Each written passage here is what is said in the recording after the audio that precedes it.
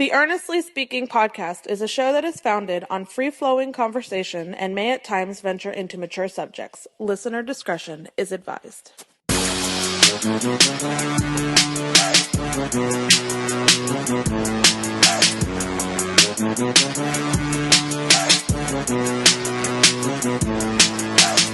First Speaking Podcast coming to you October 6, 2022. How you guys doing? It is Thursday. It is the Thursday edition of the podcast. We appreciate you guys being here. Of course, subscribe to this podcast on all podcast catchers, such as Spotify, Stitcher Radio, Google Podcasts, Apple Music, you name it. Well, Apple Podcasts, I say, not music.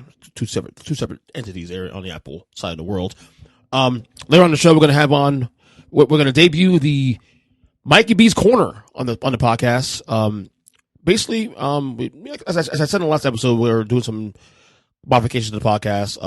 We're going to stop doing Football's Awesome on the week, during the week now but what we're doing, we're stopping that show on Wednesdays. But what we're done is that we're going to blend those segments that we have, Student Report, Mike's segment with Power Rankings. We're going to broaden his segment actually a little more, and Zack The Degenerate. For example, now, granted, this week I put out Kyle's segment, Student Report, as a separate episode because I recorded that episode before I did my solo one. But moving forward next week, we're gonna have those episodes, those topics, those segments, or episodes are gonna be blended into a Tuesday episode of the podcast going forward, and then the segments I do with Mikey B and Zach will be blended out into the Thursday episodes of the podcast now. So.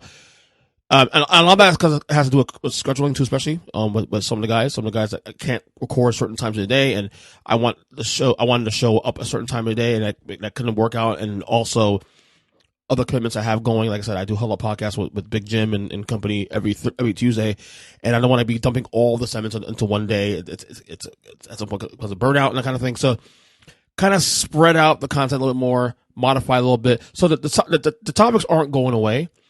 The only difference, really, other than where the segment's going to be, in terms of placement, whatever, the only difference at this point now is that Mikey's segment, the Power Rankings, we're going to take that segment and actually expand more on it. Obviously, he's someone that knows a lot about a lot of things.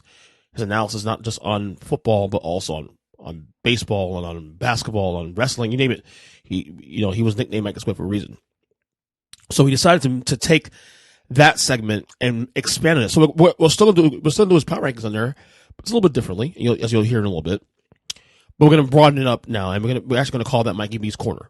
So that'll be his 23-minute segment every week, every Thursday on the podcast. So you'll hear that today for the first time. Looking forward to you guys hearing that. And of course, Zack The Degenerate at the back end of the show. With our picks as we do every single year, every single week, all that.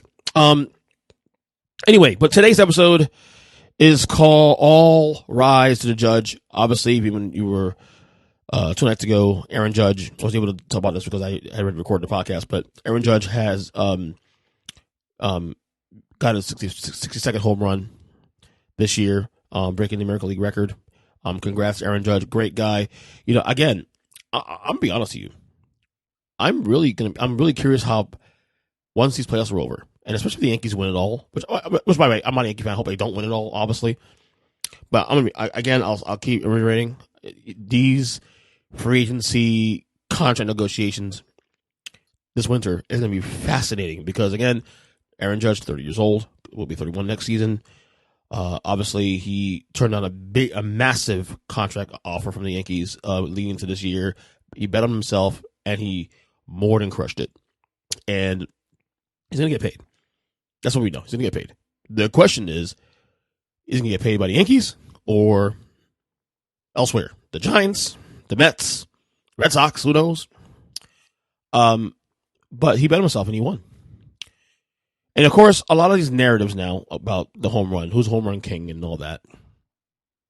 Obviously, Aaron Judge breaking the American League record. Amazing. Breaking Roger Maris's record. And a lot of narratives on mainstream media about who's their home run king. I don't want to rain on Aaron Judge's parade here. I don't want to do that. Because I have massive respect for the guy. He seems like a really good dude. The stories you hear about him, he's a very good dude. But the home run king is still Barry Bonds. Let's keep it real. It's still Barry Bonds. And I know people have their feelings about Barry Bonds, whether or not he juiced or not. Technically, nothing. They haven't found anything. We might think he didn't juice up or juiced up. I have opinions that he allegedly juiced up, took steroids, but here's the reality: we still don't know if that's the case. There's no actual proof of that, so we can only run on that. But I think more than anything, aside from the steroid stuff, the reason why people are so adamant to really shitting on Barry Bonds, which really disgusts me. First of all, Barry Bonds is my all-time favorite player. So there's a little bit of bias that's coming into this conversation. Totally get it. I totally get it. But I think a lot of it, too, especially, is that Barry Bonds in his playing days was not very likable. Barry Bonds was very anti-media. For whatever reason, he was very anti-media. And I get it. I totally get it. So a lot of people, a lot of voters, and especially these holier-than-thou, pompous, asshole baseball writers, Hall of Fame voters, are going to use that to discredit Barry Bonds any way they can. It's disgusting. Quite frankly, in my opinion, it's disgusting. I can't stand it. Barry Bonds is the home run king. Aaron Judge is fantastic. All-time, it's going to be an all-time great. But Barry Bonds is still home run king. End discussion. I saw today on First Take, yesterday rather on First Take, Mad Dog Russo and Stephen A. Smith debating that, and it got really heated. I was Team Stephen A. there. He's still the king. End discussion. Roger Maris, his son, Roger Maris Jr., obviously, his dad, holding the record before, weighed in on Twitter. All of a sudden, Roger Maris Jr., who no one knew who he was until literally this past month or so when the record was starting to become a reality, tweeted out this: "Congrats to Aaron Judge and his family on Aaron's historic home run number 62. It's definitely been a baseball season to remember. You are all class, and someone should be revered. For the majority of the fans, we can now celebrate a new clean home run king." And of course, he puts "clean home run king" in bold letters. Again, we may have our opinions about Barry Bonds. Roger Maris Jr. getting a little bit of pub, a little bit of attention, which probably won't get attention again because now the record's done. There's no reason to talk about Roger Maris moving forward. But so you use this celebrity now, this little 50 minutes of fame to knock the real home run king in Barry Bonds. And again, you're allowed to your opinion. I'm not saying not allowed to your opinion at all. You say what you want. But Barry Bonds is home run king. Put an asterisk. I don't give a shit. Barry Bonds is the home run king. And I think it's kind of sad that you're going to troll on Twitter to make your point. Put on bold letters. And that's fine. You can do that. It's your world. We're just living in it, right? Barry Bonds is the home run king. And to say the majority is kind of sad because I don't think it's the majority anymore, to be honest with you. Because to me, the steroid era made baseball more relevant again. And I don't like the fact that the very people who benefited off Barry Bonds and Mark McGwire and Sammy Sosa, now want to play holier now. Maybe people benefited financially, monetarily in 98, in 2001, in 2006 when he broke the record. And still, but when it come behind and preach this and that, even though they benefited from the chase. It's pathetic. It really is. No disrespect to Aaron Judge. Fantastic season. MVP. All-time great. We're going to acknowledge him as the American League home run champion. But I'm going to keep 100 here. Barry Bonds is still home run king. That's just that simple. It's just that simple. Anyway. So this is probably the most baseball we've talked about this podcast in quite a while, other than the Mets. Talking about the Mets throughout the year. But the NBA, the MLB playoffs are finally here. Starts on Friday. We got obviously 4 series, wild card series. For the record, I love how they formatted the playoffs now. Finally, no more just 1 game wild card thing. It's a 3-game series. 3-game series. 14. 14s per league. Top 2 teams get a bye week, that kind of thing, kind of like the NFL in a sense. Well, the NFL used to do it before they did 1 bye, and I love it. predictions on the and I'll ask Mikey B this on his next segment in a couple minutes. Obviously, predictions. I don't really have any predictions. I'll have the Mets obviously beating the Padres in two. Cards, Phillies. I'll probably take the Cards in 3. I'll probably take the Jays in 3, and I'll probably take the Rays probably in 3 as well too. Honestly, I don't know. I love baseball, but I don't watch it in the same way. I'm more of a regional guy with baseball. I follow the Mets. I'm locked on the Mets and whoever they're playing wherever time, and that's it. Whereas with football and basketball, I'm a lot more broad in terms of what I know what everybody's doing. Baseball, it's more of a regional thing for me. I'm locked in the Mets, and that's it. And like I said, Mets, and then the big stories around the league. It's too much content to follow. Harder to do as you get older with kids and wife and other priorities and all that. So that's my prediction. That's my quote unquote predictions for the Major League Baseball playoffs. Like I said, if you ask me overall what I like, I'll say what I said back in July. It still sticks right now. I still like the Dodgers to win the National League. I still like the Astros win the American League. However, I will say the Atlanta Braves, which would have been playing since May, June, they're on a heater. And you got to show some respect to the defending champions. And I do think they have a hell of a chance to get back to the World Series and possibly repeat. Just saying. I'm not a Braves fan, obviously. I love the Mets, and I'm disappointed how the Mets played down a stretch, that's getting swept by the Braves last weekend. But I do have respect for the Braves and what they've done. Obviously, I'll say this much: if the Mets don't get into the World Series, get deep to the playoffs, I root for the Braves to win the National League at least. Anybody but the Dodgers, please. Anybody but the Dodgers or the Cardinals. So, anyway, time for the debut of Mikey B's Corner, and we'll come back with some more NFL in just a second. So here's Mikey B for a little 30-minute segment here. So enjoy. New segment here we're going to do in the podcast. We're going to call it Mikey B's Corner, as we've made some old versions of the podcast this week and moving forward. Of course, Mikey's here with us. Bengals against the world, I guess, 2-2. So my shirt says. On my power rankings actually this week too, especially. I don't know if it's on yours, but we'll find out in a couple minutes. Mike, what's up? Just got done watching AEW as it's currently Wednesday night. You know what that means? It means that they changed everything that they've been working on for the last 2 weeks because, Tony Khan presents wrestling. That's right. That's what he does, man. Tony Khan presents cocaine. Why it makes sense? You can make dollars. Or make dollars make sense. I don't know. Yeah, there it is. Yeah, some shit. So we're going to do a power rankings. However, this is going to be your segment, so we're going to do things a little differently. So, as you guys knew on my Tuesday podcast, I review my bottom 5, my top 10. I also did on the Huddle Up podcast. I do every Tuesday with Jim and the boys. However, we want to continue having Mike's power rankings and see where his head's at in the NFL this week. So just run down 2032 right now. Who do you have as your bottom 5 right now? And we'll go from there. All right. So at 28, I have the Seattle Sea Chickens. Okay. At 29, I have the Bears. 30, I have the Carolina Panthers. 31, I have the Commodores. And 32, I have the Houston Texans. So you and I are actually in the same boat. I think the only thing we differ on is the Seahawks being, you got them slightly higher than I do. I have them 29 on my list. But we have the same 5 teams in our rankings. Mm-hmm. In fact, the only 2029 is the only difference we have. Yeah, and I think the reality of it is 2-2 Seattle. Mm-hmm. I get it. The second win is against the Lions team that was absolutely obliterated with injuries. Right. But they still put up a shit ton of points. Geno Smith, Offensive Player of the Week. And for those of you at home that don't think they're a bottom 5 team, they only beat the Denver Broncos because Nathaniel Hackett is a moron.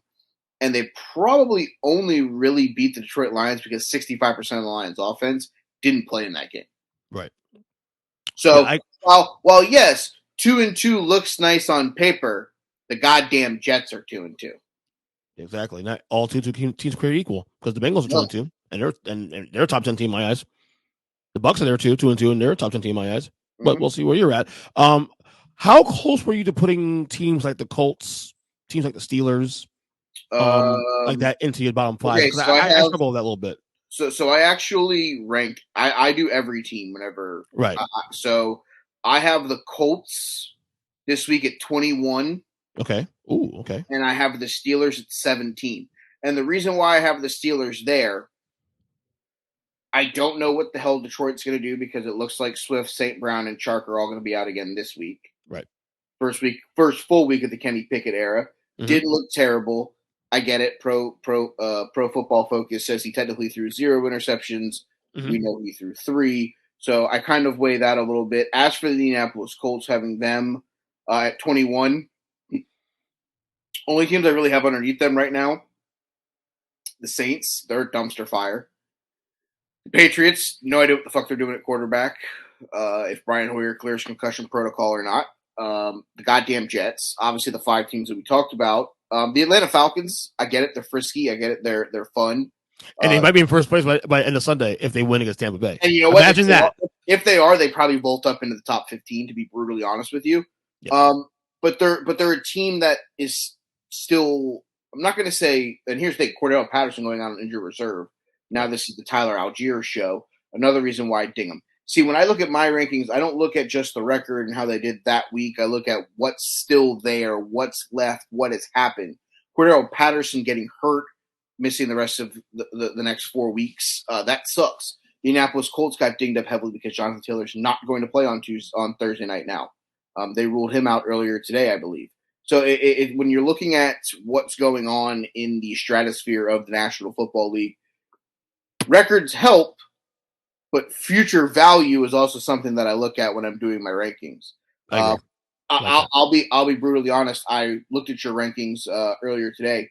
I watched the Huddle Up podcast. Our good friend, student of the game, Mr. Kyle Nash, buddy, I get it. You're not a big fan of our good friend Kirk Coupons, but how the fuck both of you have them out of the top 10 is the most asinine thing. They were 9 last week. They barely beat the Saints without who didn't have James Winston, Alvin Kamara, and Michael Thomas, and barely beat the Saints. That's where I dink them. Okay, but here's the thing. Right. You tell me when was the last time that one of those England games was done like the way that it would have happened here in America? Because if they don't travel, who was the home team for that game?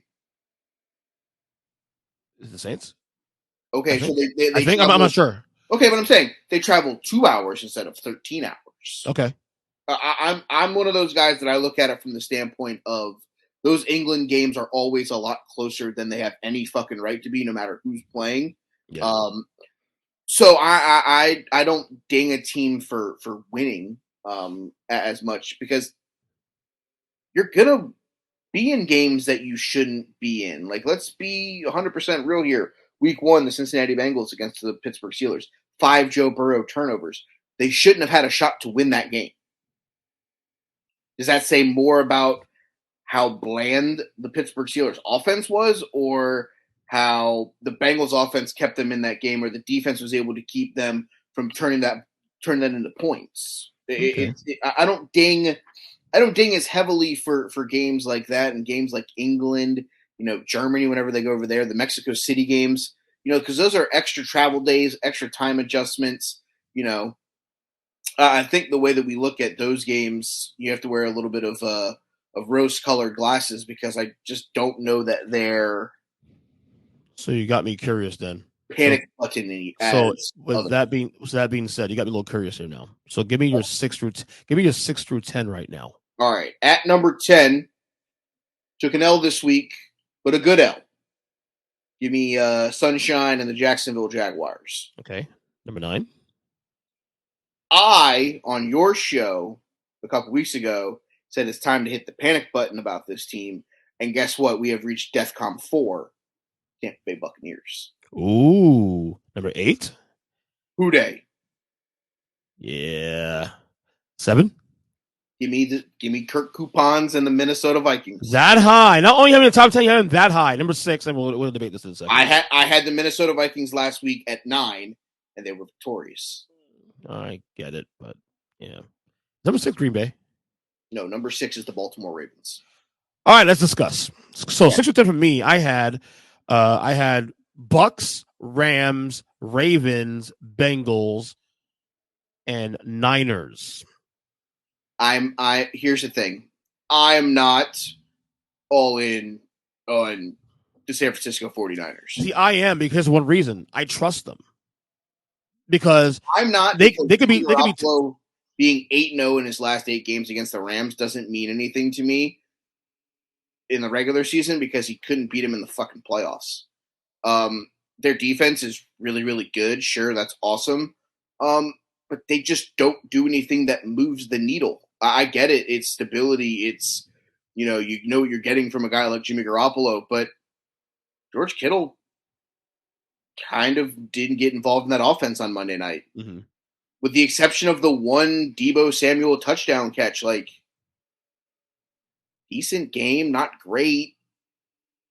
Like, bend but don't break. Like, they held the Rams to, like, 3 field goals when the Rams in the red zone are normally super fucking efficient.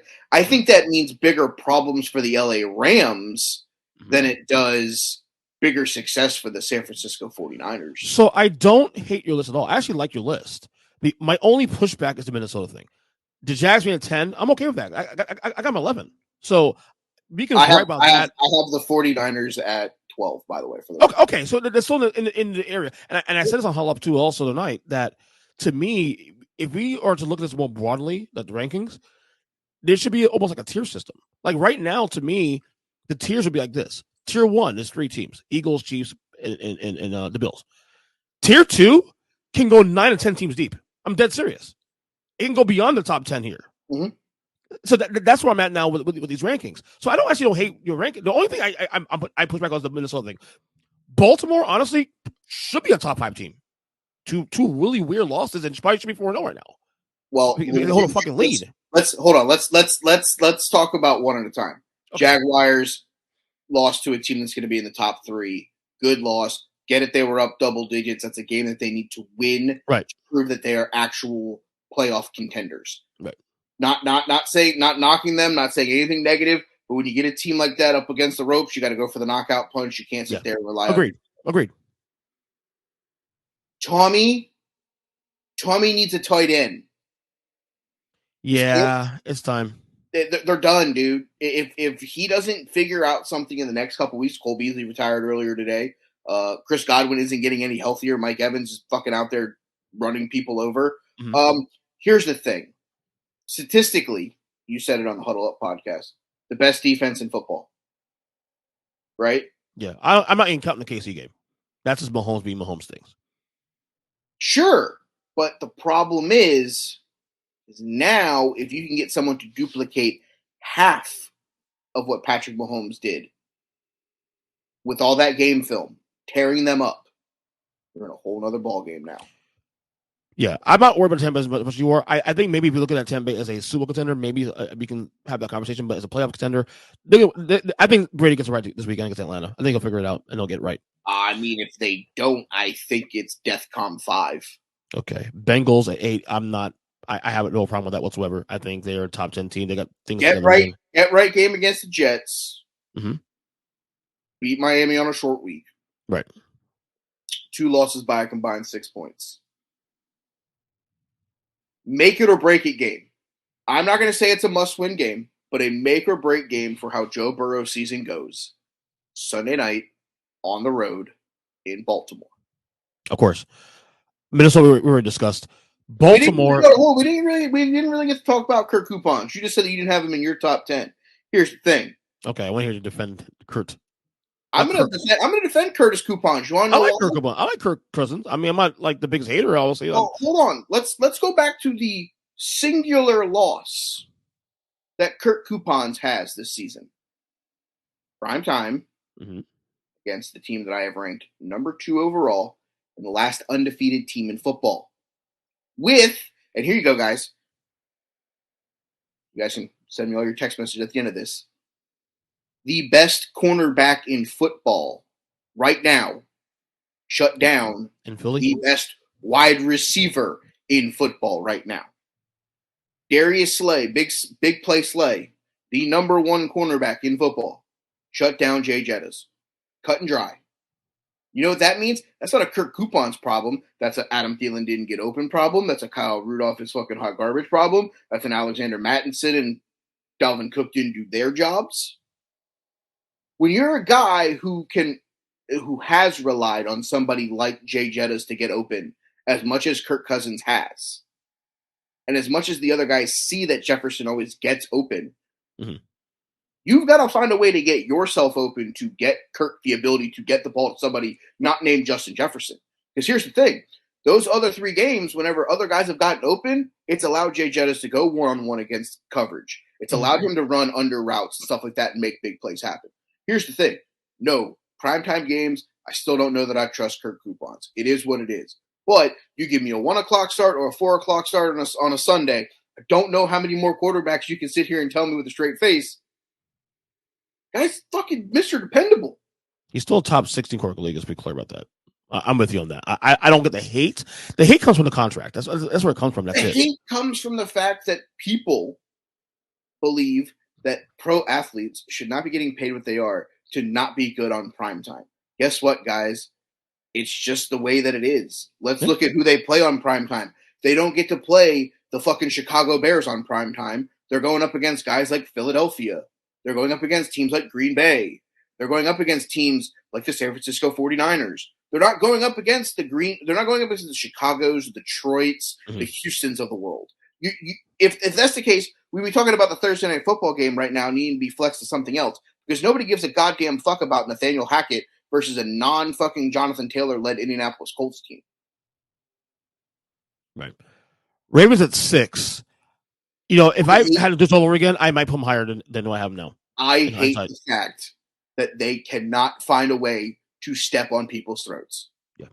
They are the vanilla soft-served ice cream of the National Football League. You're like, this is a great idea. And then afterwards, you're like, wow, I really probably should have gotten some flavor. Lamar Demetrius Jackson, as our good friend Kyle Nash calls him, stud. Not going to deny it. But Mark Andrews, where was he at in this game? Yeah. Nowhere to be found. In a game that you were up double digits, you found a way to basically piss it away. And this is the second time. At home, too. At home. And both teams are in the AFC East. You haven't faced Cincinnati yet. You haven't faced Cleveland with Deshaun Watson yet. You really haven't faced anybody else. I mean, I get it, like, beating the team that you're supposed to. But, like, if they get out to a double-digit lead on Sunday night against Cincinnati and Joe Burrow leads the Bengals back to another win, what the fuck is Harbaugh doing? Yeah. That was a John Harbaugh loss. Also, kick the fucking field goal. Thank you. Thank you. If Josh Allen goes down and scores a touchdown and beats you, you tip your cap and you move the fuck on. But now it's like, well, we would have been tied. Yeah. We would have had a shot to win in overtime. And here's the thing. Lamar Jackson versus Josh Allen in overtime? Who knows? Crazier shit's happened. That's true. All right. 5-1. And 5. Rams at 5. Ooh, okay. 4. Packers. And there as well. 3. Chiefs. And there as well. No, I think. No. I meant 3. That was also 2. Fly, Eagle, fly. Ooh. So we have virtually the same 5-1 team. Bills are number 1, obviously. Yeah. So Dolphins are gone. Yeah, it's gone. See you, bye. Okay. Here's the thing.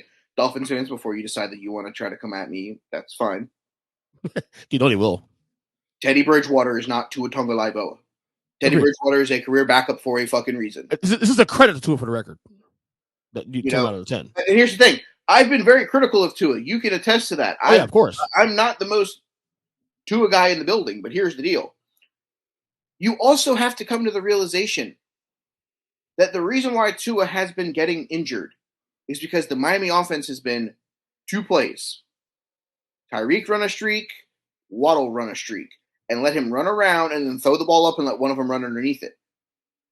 You're not designing any plays here to really make this offense go. I get it. Like, Tyreek Hill's really fast, Jalen Waddle's really fast, give him the ball, let him make a play, see you bye. But Teddy Bridgewater ain't the same guy. Who do the Dolphins have this week? Jets.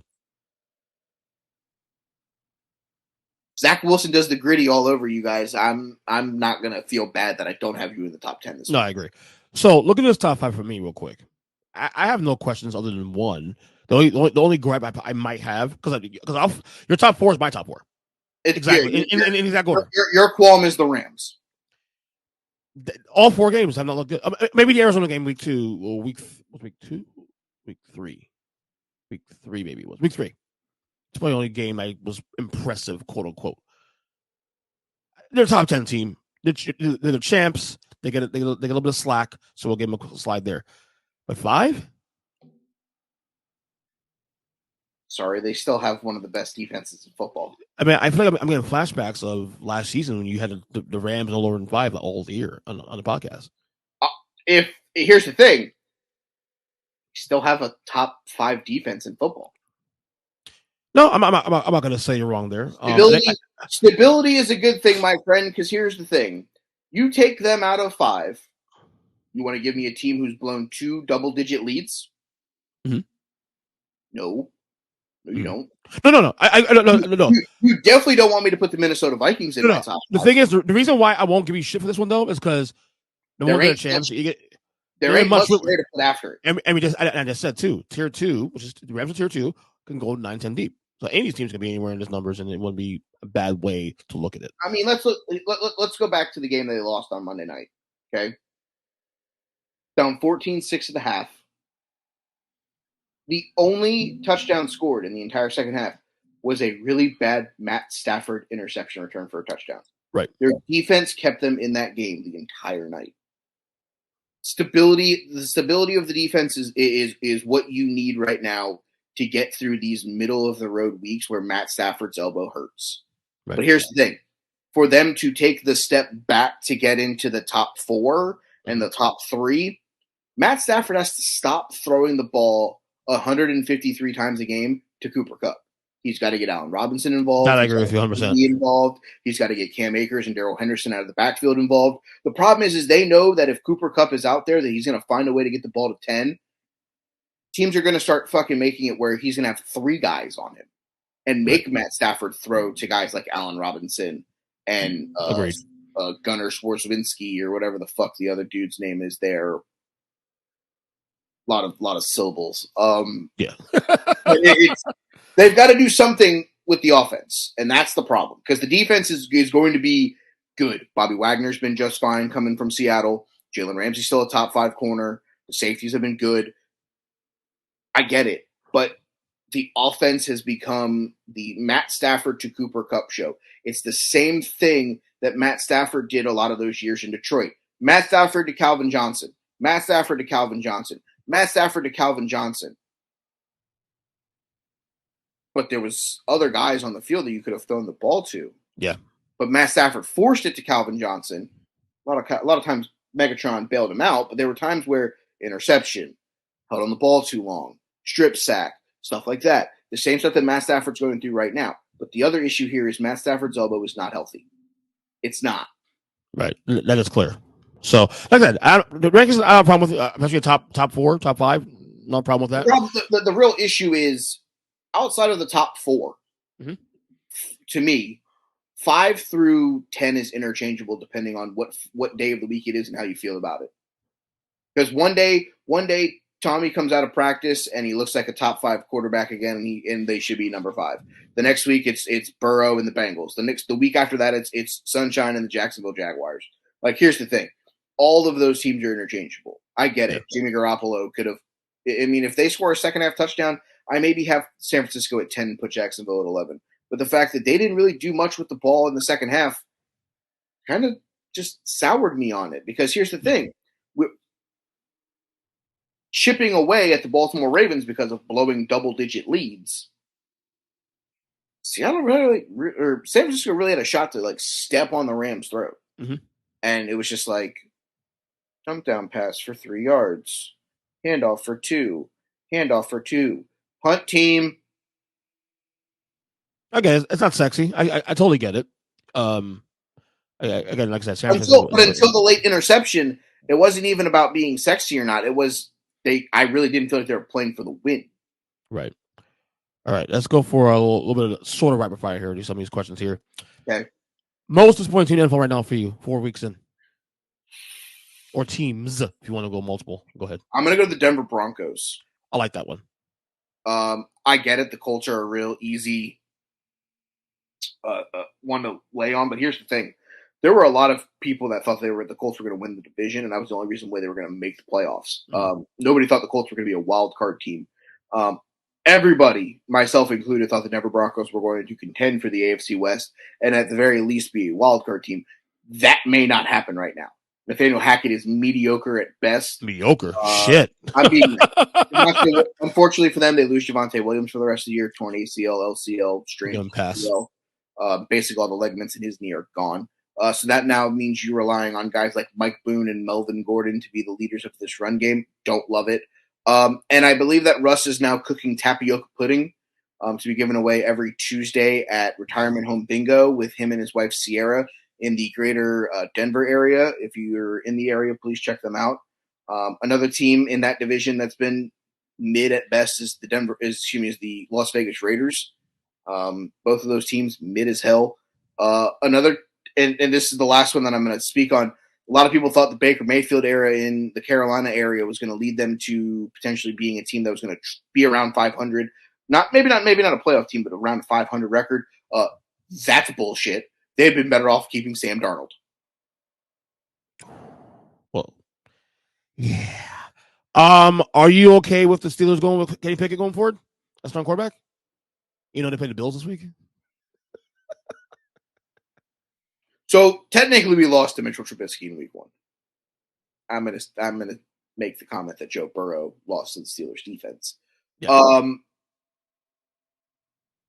But after that, Trubisky's been kind of meh. I don't. Yeah. Then he gets hurt. Then you force Pickett in the game. You know the one. What I will say, the positive about Kenny shorthands. Mm-hmm. Technically, he was 13 of 13 on the day. None of his passes hit the ground. Just happened to have 3 of them hit opponents in the hands. But I digress. Yeah, I'm okay with it. I don't know necessarily that I think it's time, but with the way that the concussion policy is now, especially after the Tua situation, here you go, kid. Good luck. Yeah, I'm with you. And for the record, I thought he gave the team, even though he lost the game, they gave him a little bit of energy.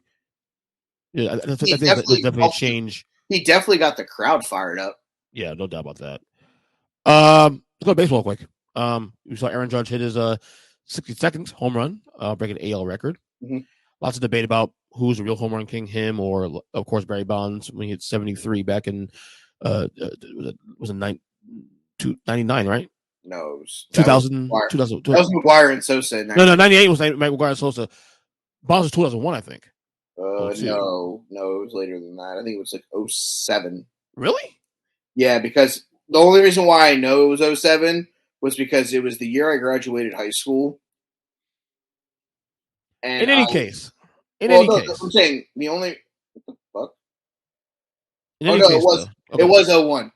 2007 was he put the whole record for the record because I was in Chicago when he hit 760, 59 and 60, I think. Yeah, he hit it in Chicago.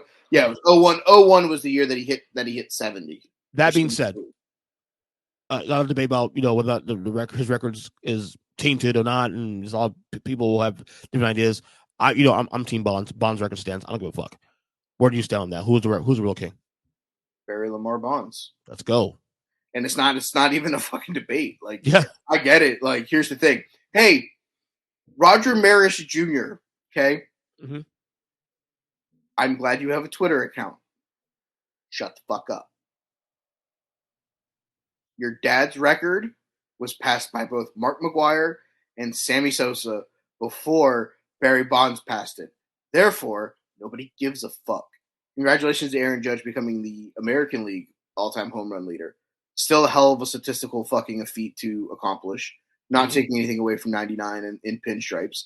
But Roger Maris Jr., kindly go fuck yourself. Barry Lamar Bonds is the home run king. I don't care what you people have to say about it, because here's the deal.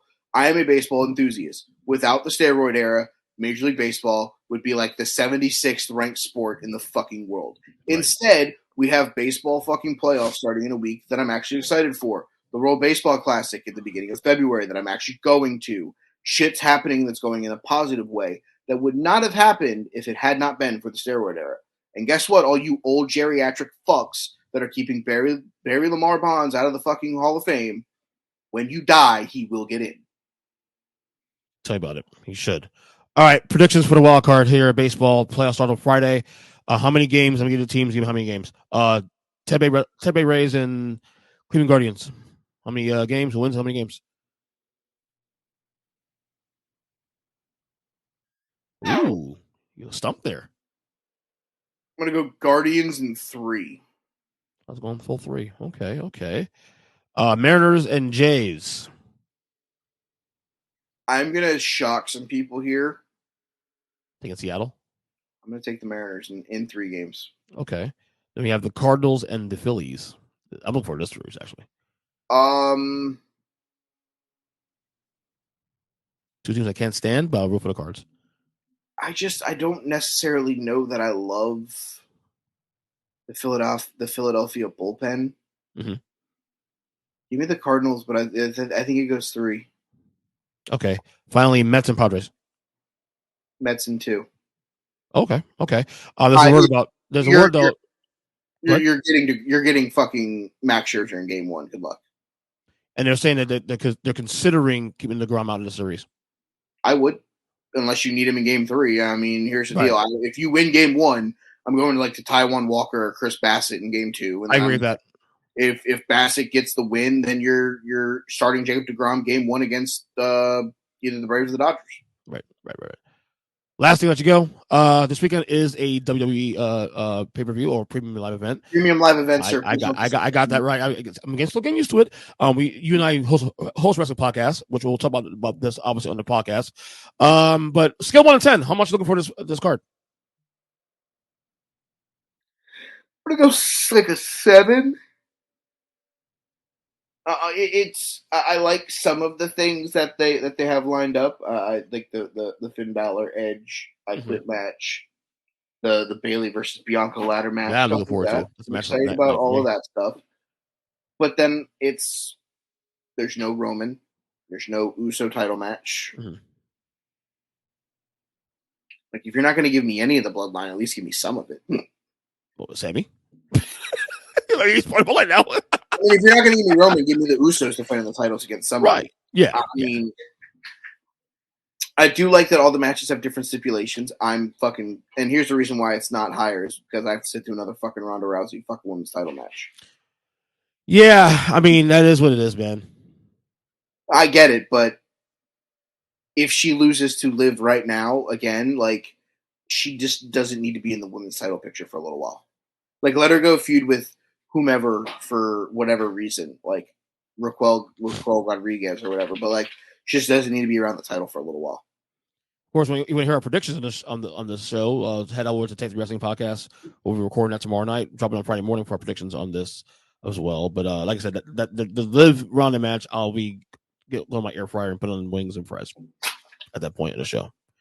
All right, Mikey, plug what you got, buddy. As Ernest has so elegantly said, check out the Take the Wrestling Podcast. Drops every Friday whenever he gets done editing it. Whatever time that is. I don't edit anymore. Jim does everything. Jim does it. Excellent. He's like, here you go, done. I just upload it.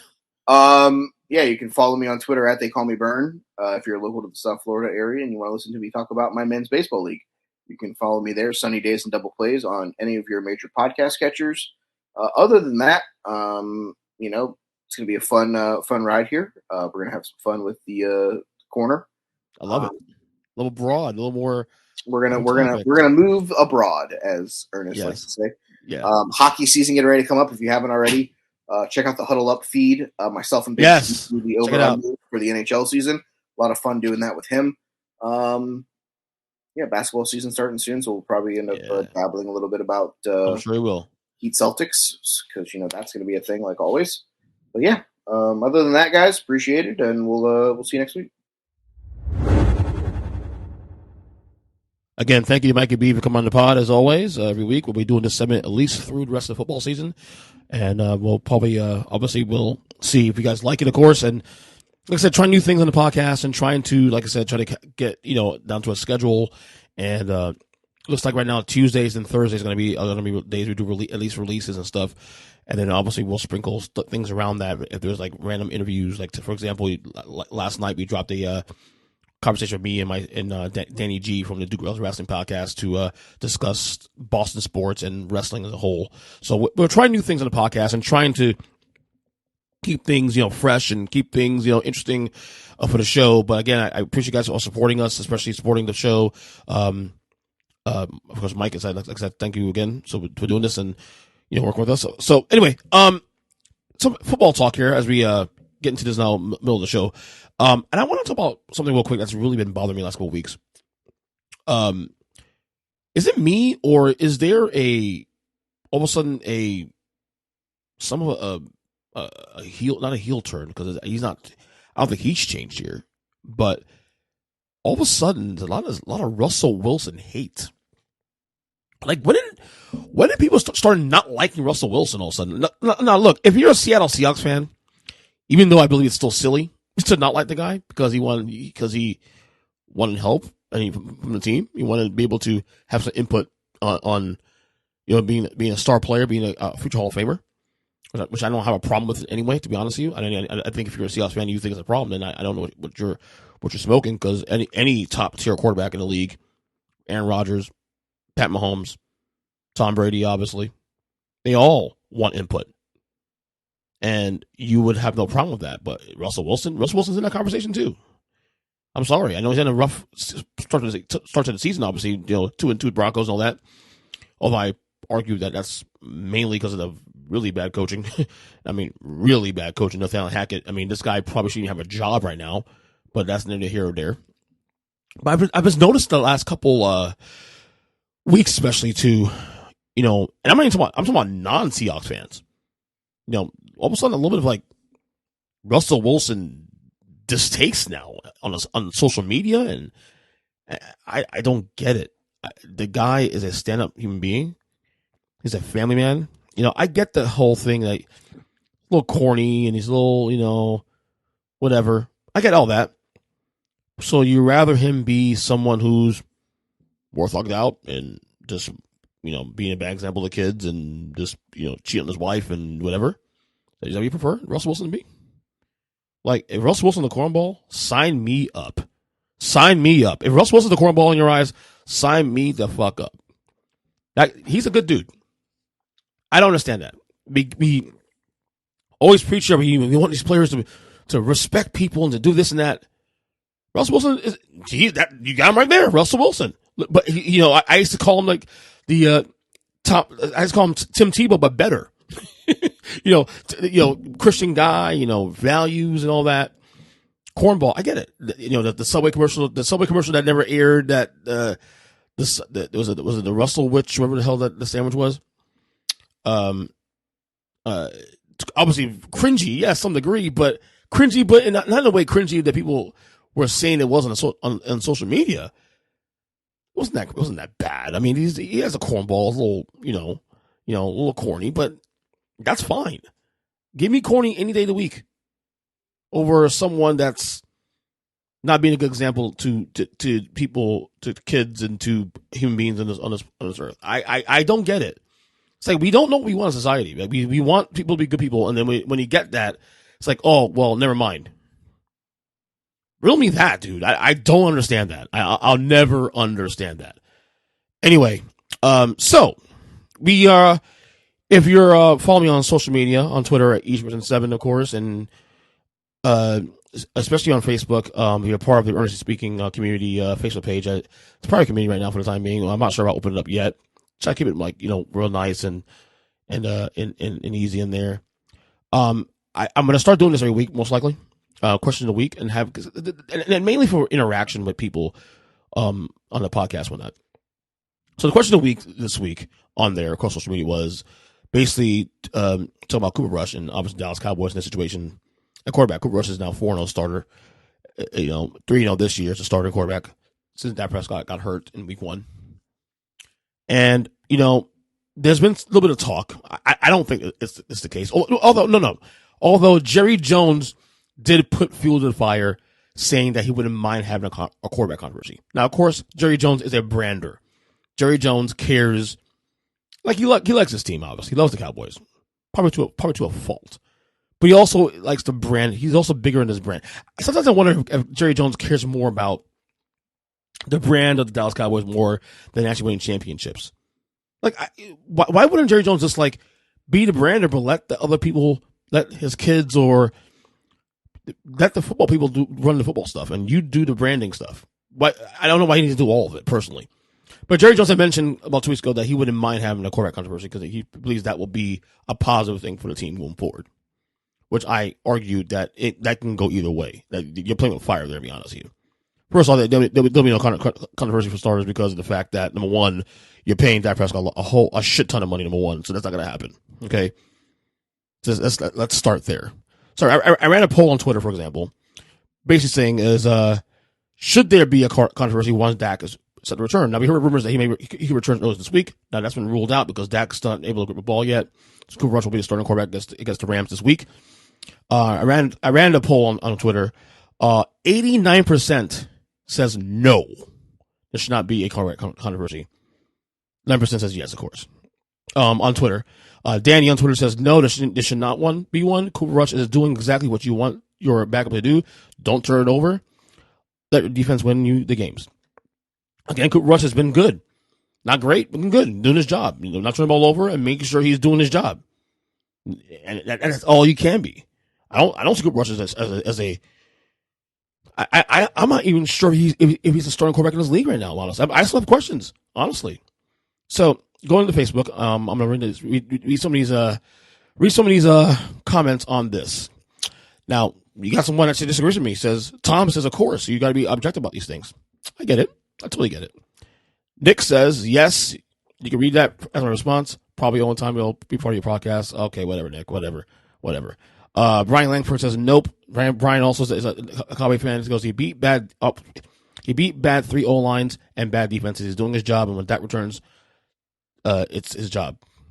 Our man Big Jim says no, not in the slightest. Wild Rush has not done anything to lose games. He hasn't really done anything special to win games either. He is a fine backup, but the D is the biggest reason why they're 3-0 since Dak's injury. This is very true. Jim. Let's see here. Phillips says, yep, let Cooper roll. He's actually pro Cooper here. Patrick says, no, the second half he throws a pick. The second he throws a pick or has a bad half game, you're putting Dak back in there. They are committed to Dak financially, can't stir that pot. Totally agree with you on that one, Patrick. Ronald says, no, not if he has no losses. Dak is Dak, but Dak is not a Brady. I see a point there, but neither is Cooper Rush. I mean, the win-losses are fine, but let's be real here, Ronald. The main reason the Cowboys are winning games is not because of Cooper Rush. Cooper Rush is not losing them games. He's not winning them games. The reason they're winning games is because of that freaking defense, which I've been saying for the last 2 weeks now, is elite. I haven't been able to say that in about 30 years about the Cowboys defense. So, again, guys, thank you for all the responses on this topic. We'll keep doing this every week, having a question of the week on the podcast, and we'll keep rolling with that. All right, before I bring on Zack the Degenerate to go through all the Week 5 slate of games, by the way, I did beat him 3-1 this week. So I am now 3 weeks. I am now up 3-1 this year against him on our EJ versus Degenerate. I still got to pay my bet from last year, by the way. I'm a really bad friend. In the meantime, here is my best bets for week number 5. This is my personal game bets, separate from the EJ versus Degenerate thing.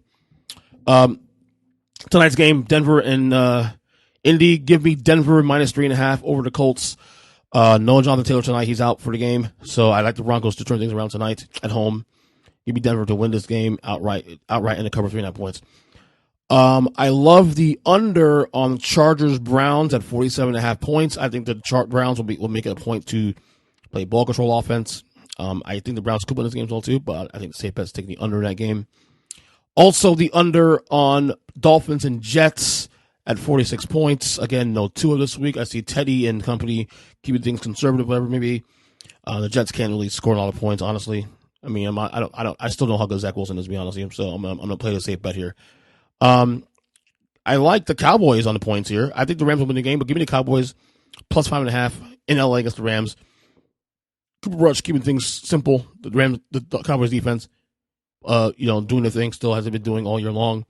I think the Rams win the game, but give me the Cowboys plus 5.5. And finally, give me the over on Bengals and Ravens. This should be a high scoring affair in the AFC North. Big game, both these teams here. I like the over here, especially too. I like the Bengals win. I like the Ravens win this game, to be honest with you, but I think the over is the safe bet at 48.5. Again, Broncos minus 3.5 with the Colts. I like the under on Browns Chargers. Give me the under also on Dolphins Jets. The Cowboys plus 5.5 over the Rams, and the over once again on Bengals and Ravens. So with that being said, here is of course our good friend Zack the Gambling Degenerate. We go over all the games now as you compete. As I'm up 3-1 by the way. So just to remind you guys. So enjoy this segment. All right, man. It's now EJ versus Degenerate on the Freaking Podcast. Zachary is with us as always. I win again this past week, so I'm now up 3 weeks to 1 on you, sir. Hey, I'm playing just like the commies.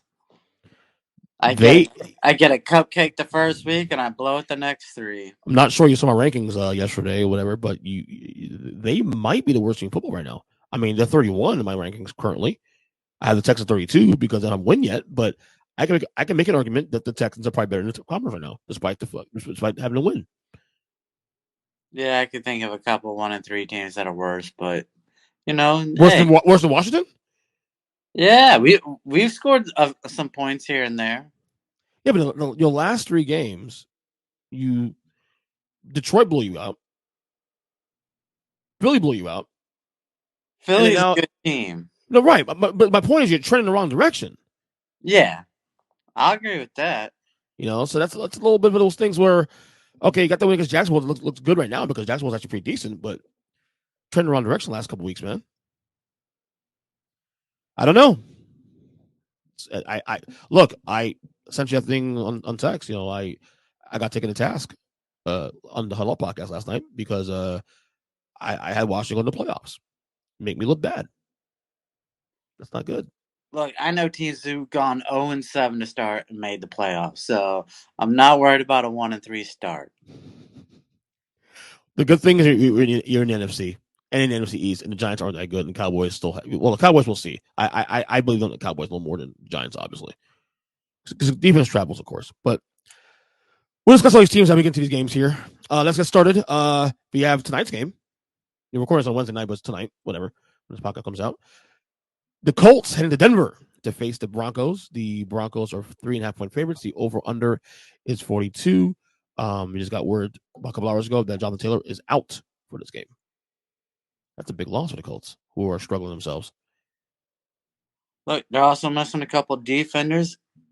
I think if Leonard was back, they would have a legit shot at beating Denver, but their defense looks so weak. Their offensive line was struggling even without Jonathan Taylor going out. So, yeah, you have to like Denver in this game.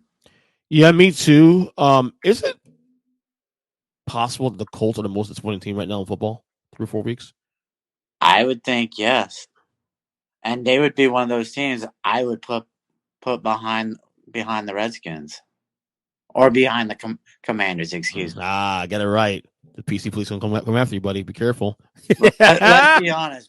Matt Ryan's had one halfway decent game. If not for that, they have nothing to speak about. The only reason none of my bottom 5 is because their one win is against arguably the best team in football right now. Arguably. Who? The Chiefs.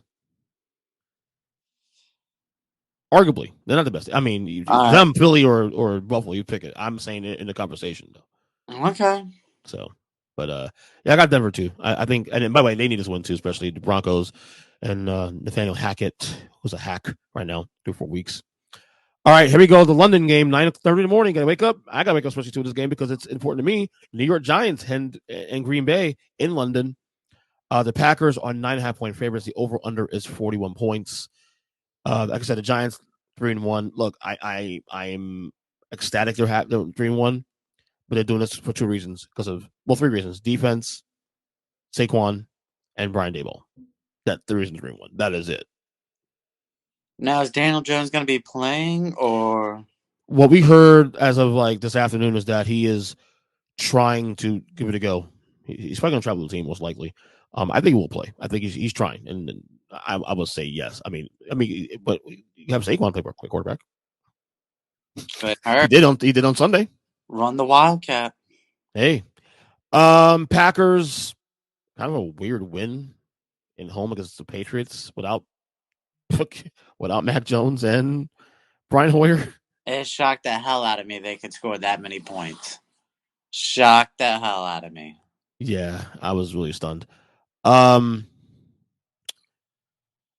take the Giants on the points here. I'll take your old rule from way back when the Giants were good, and maybe they're good now. We'll see. I was gonna do the same. This is the game here. We know this is the game we figure out the Giants are for real. This is the first major sign. This is the first real test here. I think. I just don't put. I mean, yeah, it's a test to see if they can beat a playoff team, but I don't think Green Bay's a legit contender. Oh no. So, Green Bay is a playoff contender. They're not a Super Bowl contender. Big difference. All right, next one here. We have the Pittsburgh Steelers and the Buffalo face the Bills. The Bills right now are 14-point favorites. The over/under is 46.5. Kenny Pickett will be the starting quarterback this week for the Bills. I've had the Steelers rather.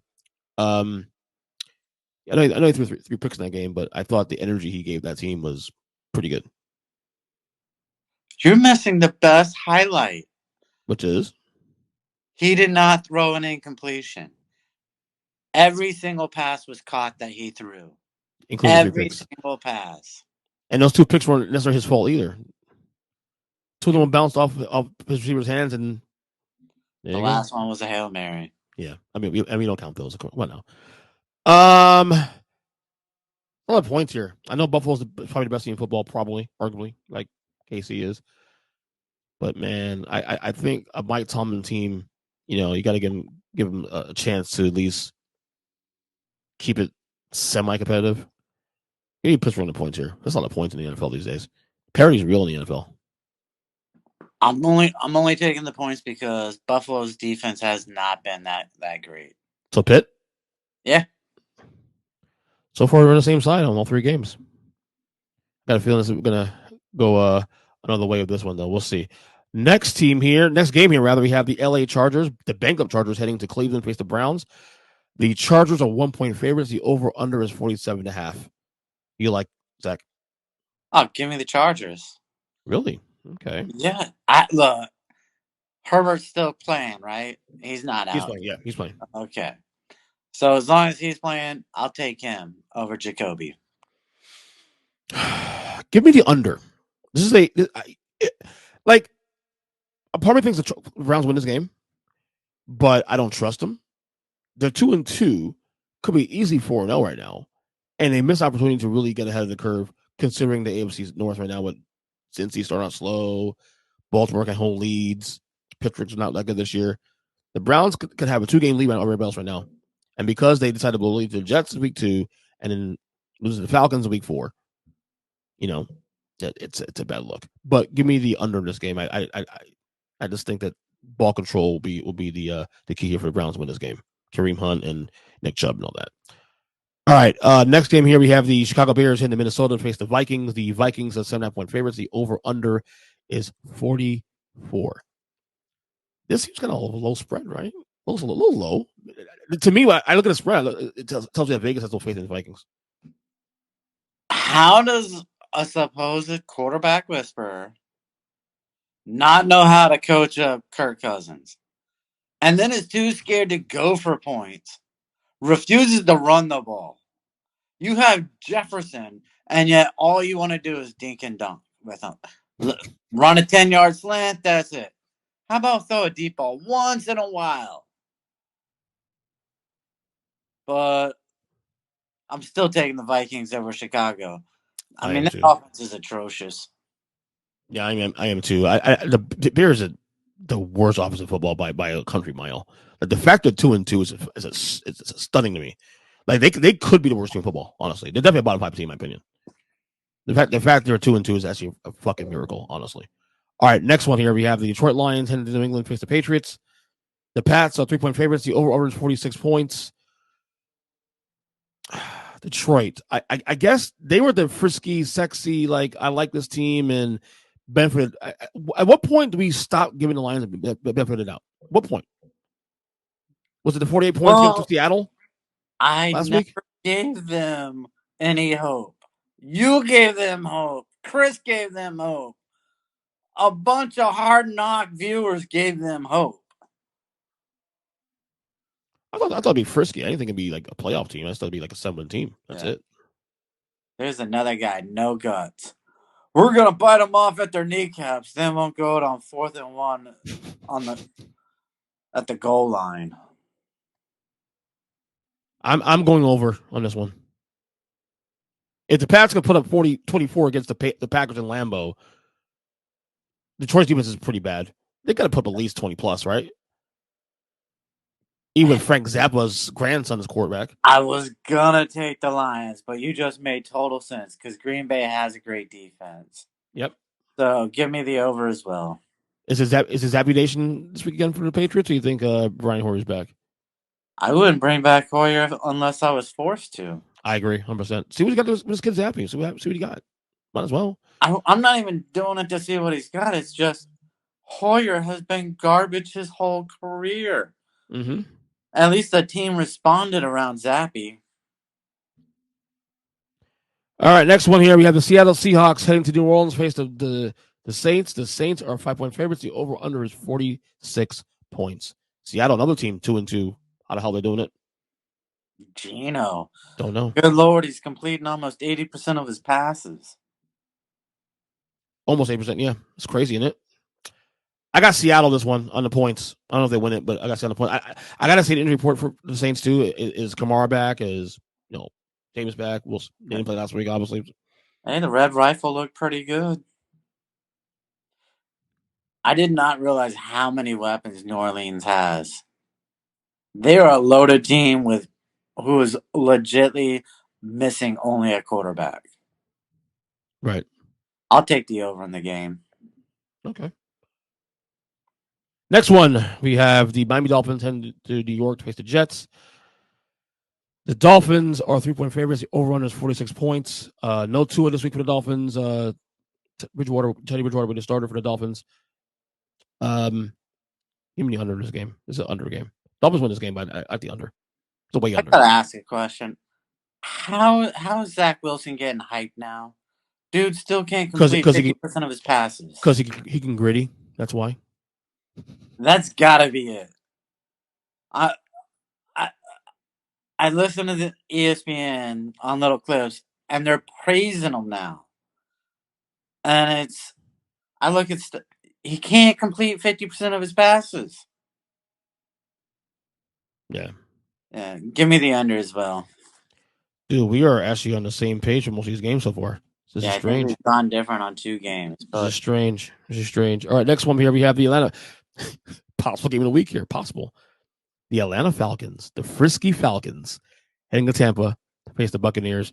Winner is first place in the NFC South. Who would you have thought? 2-5 weeks that the Falcons have a chance to be the division leader. Right here. You were pretty high on the Falcons a little bit, like being a little bit of a competitive team, and they're 2-2, and even the losses have been decent. Bucks are 9.5-point favorites. Over is 48 points. I'm gonna keep it clear for you now. With all the news about Brady possibly getting divorced from Gisele now, I think Brady comes out fucking swinging. The Bucks. This is the game that Brady turned things around. Yeah, give me Atlanta again. I'm gonna ride until they hurt me. Wow. All right. Next one. We have Tennessee Titans heading to Washington to face the Commanders. Titans are 1-point favorites. Over under 43 points. Does Washington save their season this weekend? No. I'm gonna give one more fucking chance. Give me Washington to win outright. I don't like Tennessee anyway. This is just a gut check game to say my pick. Need Washington. Oh, for you, it's both ways because you expected Tennessee to be out of the playoffs, not win the division. So, you know what? Give me Tennessee. Basically, you're doing a reverse jinx on yourself for your team to win. I like it. I like it. I've given up hope already. Carson Wentz, he's done as a starting quarterback. It's okay. You have the Ravens. You're good. Next one. Houston Texans send to Jacksonville face the Jaguars. Jags 7.5 point favorites. Over under 43.5. Give me the Jags in this one. I think the Jags will recover from last week's up and down game against Philadelphia, up 14 points, then give up 29 points next way. And, I like the Jags here. Yeah, give me Davis Mills. What? I'm sorry. How many interceptions, how many turnovers will Trevor Lawrence have this week? That should be the real question. Right. All right, next one here. We have the San Francisco 49ers heading to Carolina, face the Panthers. The Niners are 7-point favorites. The over-under is 39 points. I'll take a slight over in this one. What you got? I'm going to have to go the under. Oh, no scoring, huh? Carolina's a crap team anyways, and now you bring in that defense. I don't see Baker doing much of anything. So, yeah, give me the under. Niners 30-10 this weekend. 30-10. Yeah. You should be taking the Niners then. Probably, but I don't know. Okay, next one. Dallas Cowboys heading to LA face the Rams. The Rams are 5.5 point favorites. The over-under is 43. Give me the Cowboys on the points here. I think Rams win, but Cowboys keep it close. Field goal game here, I can see. What you got?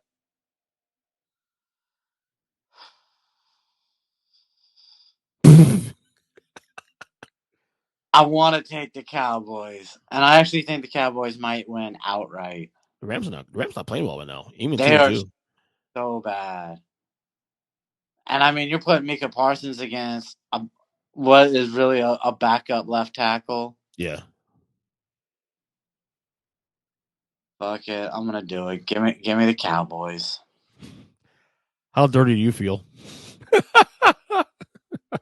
3 more games here. The Philadelphia Eagles heading to Arizona face the Cardinals. The Eagles are 5-point favorites. The over-under is 49 points. You know what? Give me Arizona the points here. I don't think they win the game, but I think this is a big game for Arizona. If they can, like I said, go 3-3 for 6 weeks before we get Hopkins back, Eagles need a little bit of a pushback, there's a little bit of pushback here. I can see the Eagles win this game, but it'd be a tougher game on the road in Arizona. Give me Arizona here on the points. What you got? Yeah. Give me the Eagles. Fly, Eagles, fly. Oh, God, don't do that. That is the best team in football right now. They're up there. Definitely conversation. And 4-0 too, so. All right, 2 more games here. This is the game of the week, obviously. The Bengals heading to Baltimore to face the Ravens. Your Ravens. Sunday football.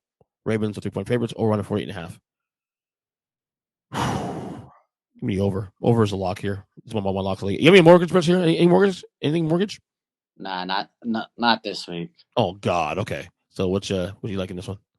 Well, I like Baltimore to be winning by 20 in the middle of the third quarter, and probably lose the game. So yeah, give me the over as well.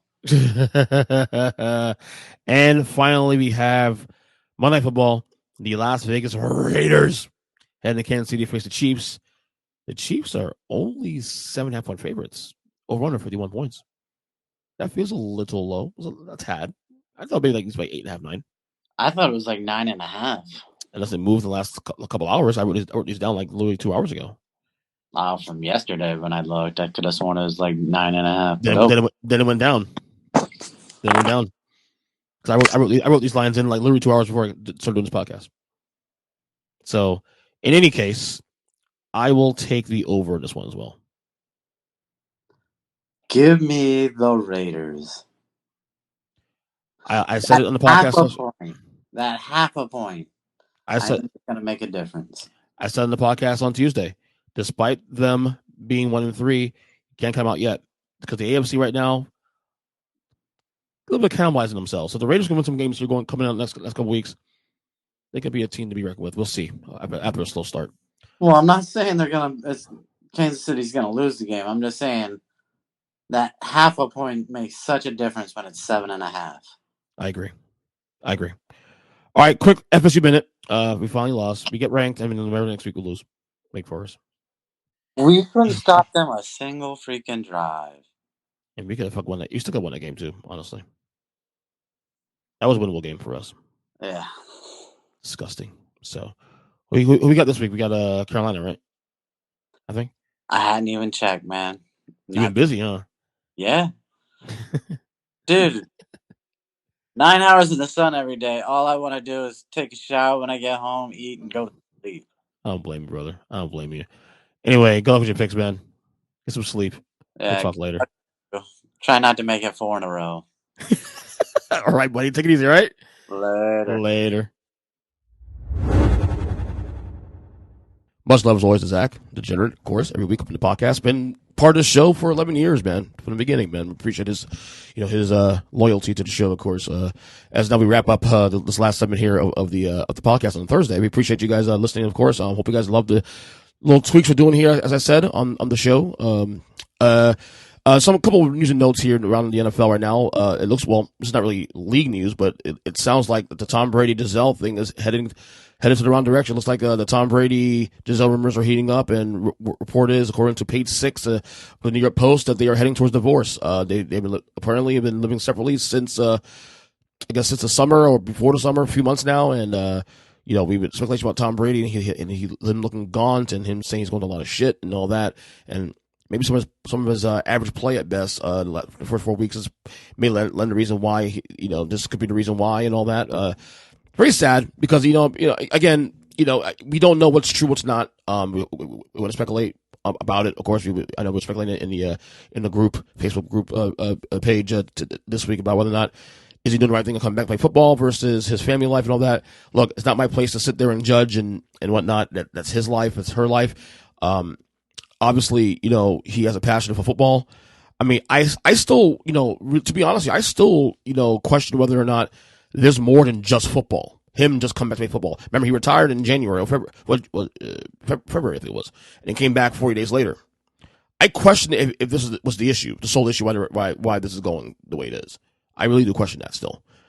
So, I mean, like I said, best wishes to Brady and Gisele. Hopefully they can work things out. I hate seeing that, but, especially when you have kids involved and all that, but we'll see. I mean, obviously the news sounds very fluid. It's heating up, and it sounds like Brady and Gisele are heading in the wrong direction. Like I said, best wishes to those two, of course. We had a couple retirements this week in NFL as well too. Blake Bortles, remember Blake Bortles, former Jaguars quarterback, who went to the AFC Championship game back in 2017. He retired this week. Also, Cole Beasley, who actually came back and got signed by the Buccaneers and Brady's Buccaneers 2 weeks ago, decided to retire, spend time with his family and all that.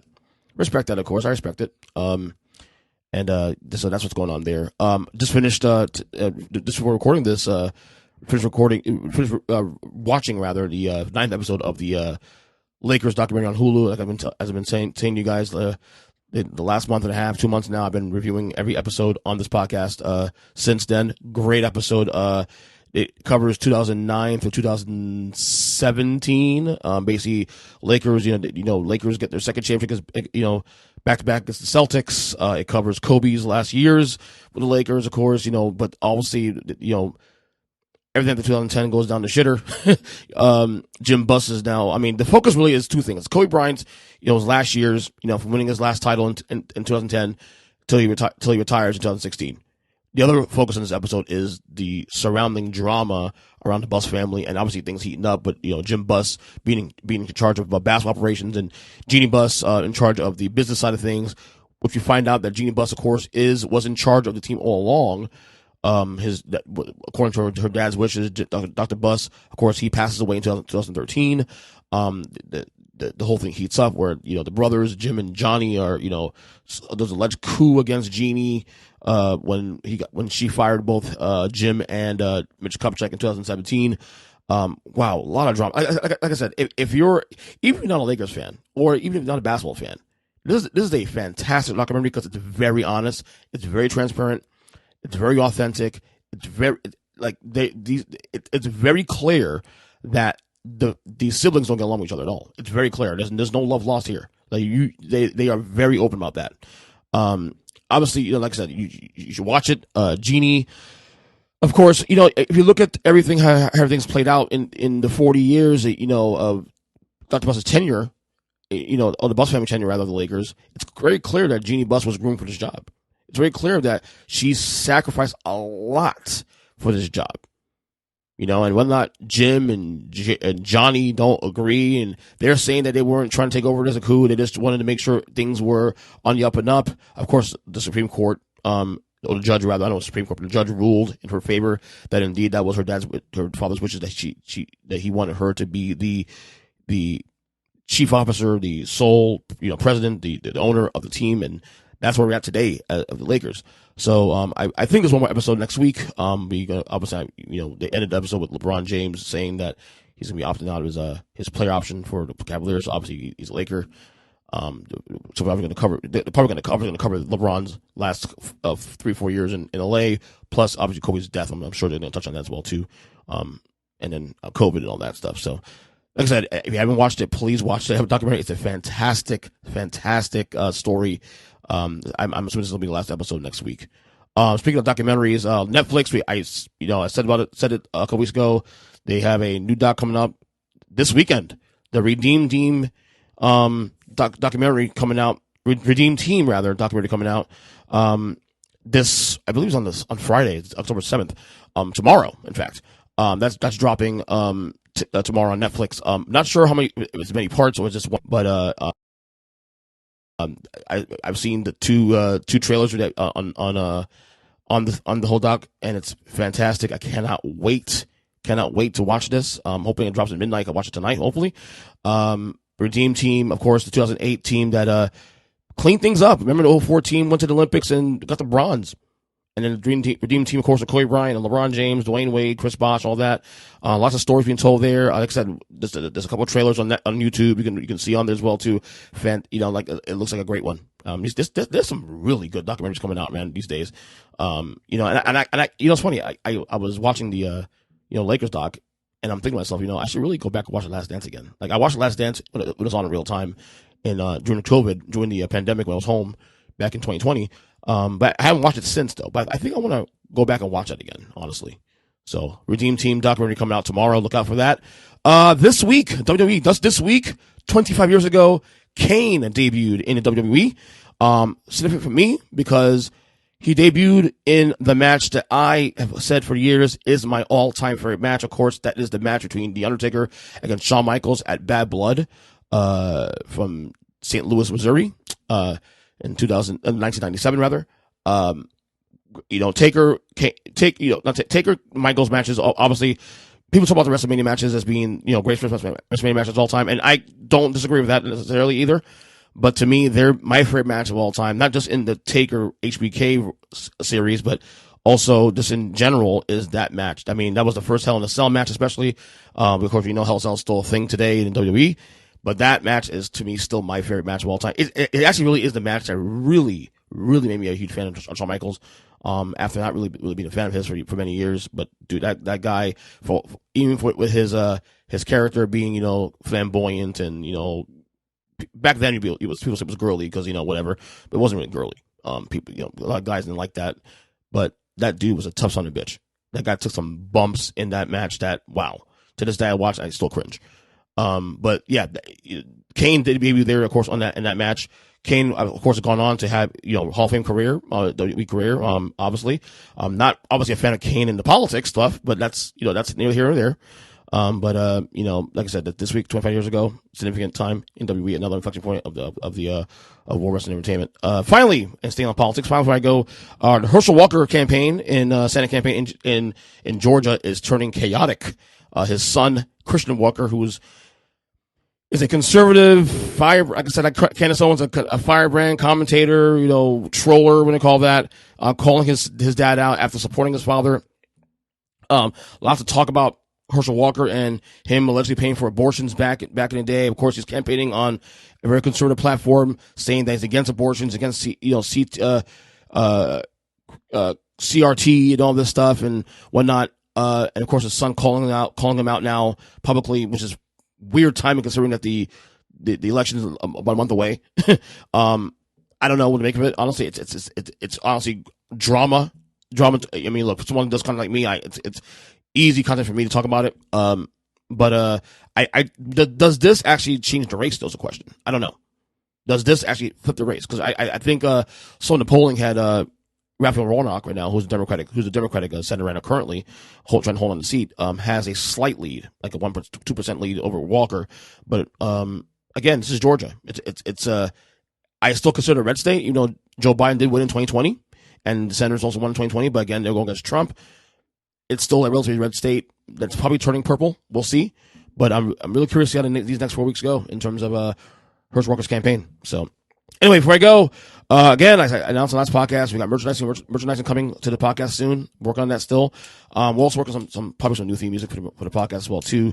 Other than that, I am on Twitter at EJChristian7, Earnestly Podcast. All podcast catchers. Thanks for checking out the podcast as well.